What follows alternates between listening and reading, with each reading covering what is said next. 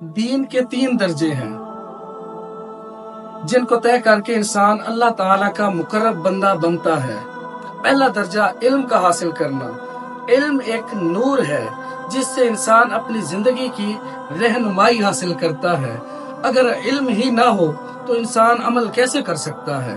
لہذا یہ ایک بنیاد ہے۔ دوسرا درجہ علم پر عمل کرنے کا ہے، کیونکہ فقط علم حاصل کرنے سے کام نہیں بنتا، کیونکہ اگر علم سے ہی مغفرت ہوتی تو شیطان کی مغفرت ہو چکی ہوتی، کیونکہ اس کے پاس علم بہت تھا مگر عمل میں کوتاہی کر گیا۔ تیسرا درجہ اخلاص کا ہے، یعنی جو عمل بھی کریں اس کا مقصد اللہ تعالیٰ کی رضا ہو، اور یہ سب سے مشکل مرحلہ ہے۔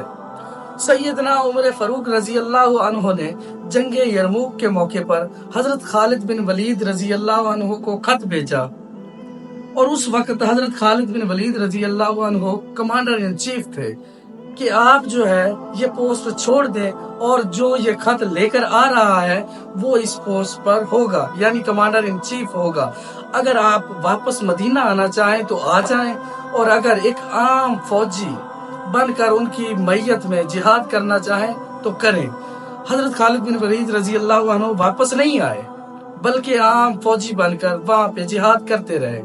کسی نے ان سے پوچھا کہ کمانڈر ان چیف سے عام فوجی بننا یہ تو مشکل ہوگا، تو حضرت خالد بن ولید رضی اللہ عنہ نے بڑا ہی پیارا جواب دیا کہ جب میں امیر تھا تو اس وقت بھی اسی مالک کی رضا کے لیے میں جہاد کر رہا تھا، اور جب عام فوجی بنا تو بھی اسی مالک کی رضا کے لیے میں جہاد کرتا رہا۔